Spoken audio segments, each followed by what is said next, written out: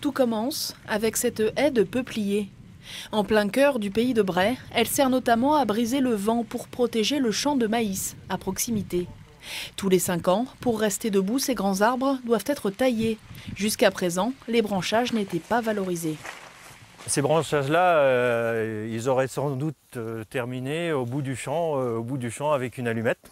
Bon, le problème, c'est qu'aujourd'hui, on a déjà et d'une plus le droit de brûler, et c'est logique, et surtout, c'est de l'énergie.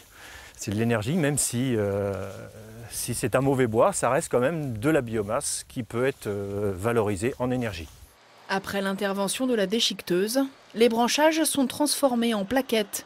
Pour les stocker et les faire sécher, Philippe Dillard a aménagé ce hangar. C'est là qu'intervient le programme européen LEADER qui finance les projets locaux de développement en zone rurale. La proportion des aides leaders au niveau des projets qui ont été faits ici, notamment la plateforme et l'extension, la chaudière qui s'y rattache, représente environ 20% du montant global des investissements qui ont été réalisés. Vous auriez pu faire sans ces aides ? Non. Car utiliser les déchets issus de la taille des haies pour en faire du bois de chauffage est une activité récente et encore peu connue. Pas facile par conséquent de convaincre les banques.